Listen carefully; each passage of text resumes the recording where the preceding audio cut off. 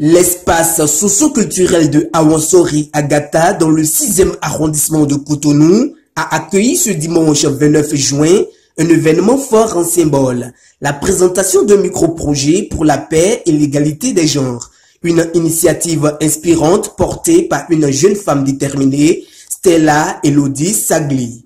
Grâce à cette formation enrichissante, j'ai eu l'opportunité d'être outillée sur des modules essentiels tels que le leadership politique, la conciliation de la vie familiale, politique et professionnelle, la prise de la parole en public et la gestion des conflits. À travers cette activité, je souhaite transformer les acquis de la formation en actions concrètes, semer autour de moi des graines de paix, d'écoute et de tolérance. Que cette rencontre, mesdames et messieurs, soit un espace d'inspiration, de partage et surtout d'engagement commun pour que chacune et chacun devienne un véritable acteur de la paix dans notre société, notamment dans notre arrondissement. Le projet, soutenu dans le cadre du programme d'appui à l'égalité de genre, a mobilisé un public nombreux. Autorités politiques, chefs traditionnels, jeunes leaders, militants associatifs, tous ont répondu présents pour encourager cette démarche citoyenne. Le programme d'appui à l'égalité de genre, c'est un programme qui est venu pour replacer la femme à la place, à sa vraie place. Pour replacer la femme à sa vraie place. Les femmes, plus de 52% de la population béninoise, mais elles sont quasi absentes là où les décisions sont prises. Là où les décisions sont prises pour tout le monde. La coopération suisse a décidé de soutenir l'engagement du Bénin, du gouvernement du Bénin, a appuyé le gouvernement du Bénin à pouvoir réduire cette inégalité que nous observons sur le plan de la participation des femmes. Mais au-delà de ça, il y a les questions de violence basées sur le genre également qui sont abordées.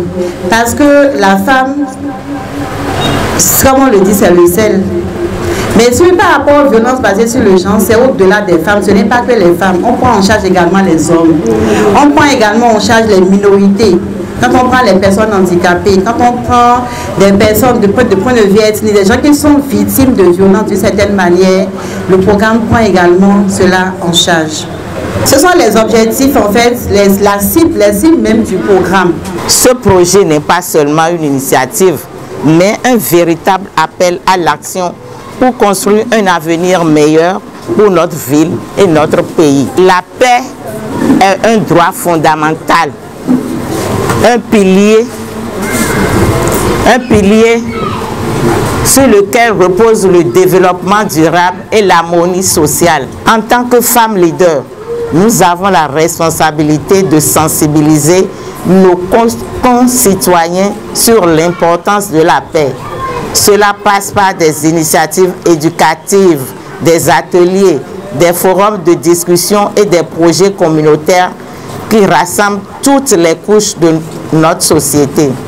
Cette activité qui nous réunit en ces lieux a donc tout son sens. Ce projet est également crucial en cette période qui annonce les élections générales dans notre pays. L'un des moments forts de la journée est le panel de discussion autour du thème de la paix, une occasion d'explorer les enjeux du dialogue communautaire, les rôles des femmes dans la gouvernance locale et les obstacles à surmonter. Cette action a été rendue possible grâce au soutien du consortium Refonga, WANEP, FENEP, de la coopération suisse au Bénin et du cabinet Participe GmbH. Avec cette activité, la paix prend désormais racine à Hendé, porté par l'engagement d'une jeune consciente. Un projet modèle porteur de changement qui pourrait inspirer d'autres jeunes et des femmes à s'engager pour un développement inclusif et durable.